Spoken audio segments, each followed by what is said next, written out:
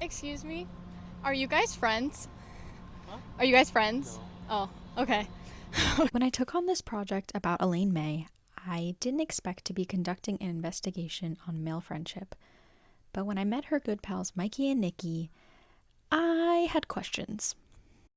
Elaine May is a filmmaker with roots in improvisation who showcases humanity through repetitive mistakes. In a very literal sense, physicality plays an important role in her characters and the patterns they fall into, specifically in relationship dynamics. In this case, it's, you guessed it, Male friendship. Mikey and Nicky studies two mob guys in a complex, questionable dynamic. Nick calls on Mikey for help, grappling with an intense paranoia that he has a hit on him. Mikey soothes his fears, but behind the scenes is working against him. At the core of their bond is an unbreakable link created by shared childhood trauma. The film asks us, who do we share ourselves with? Who will cradle our fears and who will use them against us? It's like walking through a graveyard of lost connections, sometimes literally. Who sees you? Who do you want by your side when you're at your most vulnerable? Nick tells Mikey that what ties them together is they understand what they went through in their youth. The burdens of their past are lighter because they share it. They are the only ones that knew each other's families, reminiscing, keeping those parts of themselves alive. Like how they made fun of Mikey's little brother before he passed. Mikey grows defensive, maybe wishing he could have forgotten this detail. He argues that he doesn't rely on Nick for this. He has his wife to talk about those growing up experiences. He claims that she enjoys hearing this. Yet when we watch that conversation unfold at the end of the film, both are disconnected. It feels like he brings this up to prove a point to Nick, recalling their conversation in the graveyard, dumping a family history lesson out of nowhere on his wife, who tries to understand, but can't quite grasp in the way Mikey needs. I felt terrible when he got sick. But you know, kid looks funny when he's bald. Bald.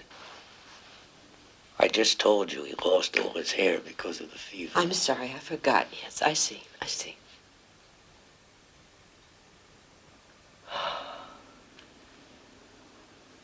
Their minor slip-ups and miscommunications show that she is decidedly not the person that he wishes he was talking to.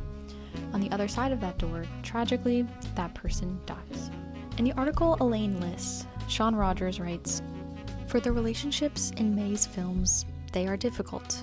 They fail, but they are also strangely consistent and even-handed, despite their initial off-kilter appearance. These two are experts in finding new and old insecurities to prey upon. Nick reduces Mikey to an echo, breaks his father's watch, purposefully embarrasses him. The comfort of sharing a long history comes with the risk of these easy attacks. Mikey is not as adept at this, hence why he takes the quiet route and secret phone calls to get his payback. The upper hand is only an illusion. The myth of this film is that it is entirely improvised. But in studying Elaine May's character, it is clear that her perfectionist attitude as a storyteller would not allow for that. Nearly every small dialogue choice was made by her, in a story that she holds close to her heart, having grown up with family in the mob.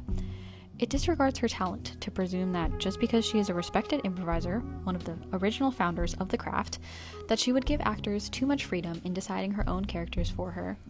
The dialogue is natural, but that is due to May's writing capabilities from an improv background, not from random conversations led by her leads Peter Falk and John Cassavetes on set. The improv that people refer to is within the physicality. Falk as Mikey falls down a lot. He trips in the hallway and in the streets, physically trying anything he can to keep Nick in his life.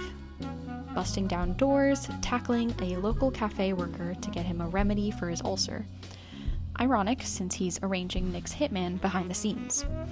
We question what keeps Mikey so tethered to Nick. A complex push and pull. Mikey is out of sorts, mentally and physically. The most pivotal scene is their tussle in the street. It's the messiest, most underwhelming, childish fistfight. Part of you thinks they don't want to be fighting at all.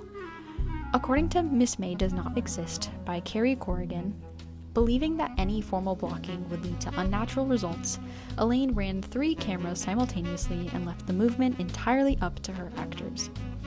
This authentic fight is a clever dance that, completely unchoreographed, showcases the inconsistencies of their desire and disdain for one another, borderline hugging at times. almost like they resent themselves for being so reliant on each other. Their masculinity is stopping them from being vulnerable. These repetitive falls and fumbles remind us of the redundancy of humanity. We make the same mistakes. We trust the wrong people over and over again. We sit a bit too long when maybe we should leave, but we can't help but search for the comfort we found in our childhood friends. We hoard people in our lives for the sole purpose of reminiscing. For Nick, these mistakes and this paranoia led him to his death. It's a harrowing end for him, of course, but Mikey as well. Although Nick very well may have already been dead to him, he's still losing a piece of himself, a piece of his understanding of his past, someone who stored his childhood memories like a graveyard in his mind. Elaine May, as a director, gives her actors a sense of freedom with how they interact with one another, but ultimately, she is in control, guiding their choices with her strong sense of character. Mikey and Nicky shows humanity through our mundane, long-winded ways of showing each other we care about them, or that we don't, or a sinister third option. Through literal physical errors, we see humanity at its most vulnerable. Authentic inconsistencies let us clearly understand the inner workings of the friendship/power dynamic at the core. It's a nuanced perspective of masculinity. There's a sense of desperation in their bodies that they can't seem to articulate in words.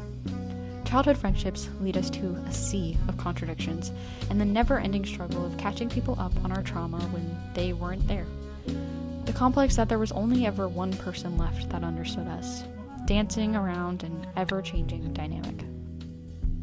So maybe I understand why this man was so quick to say no to me. Male friendship is a tricky thing. Men are not friends. Men are not And I have friends. proof.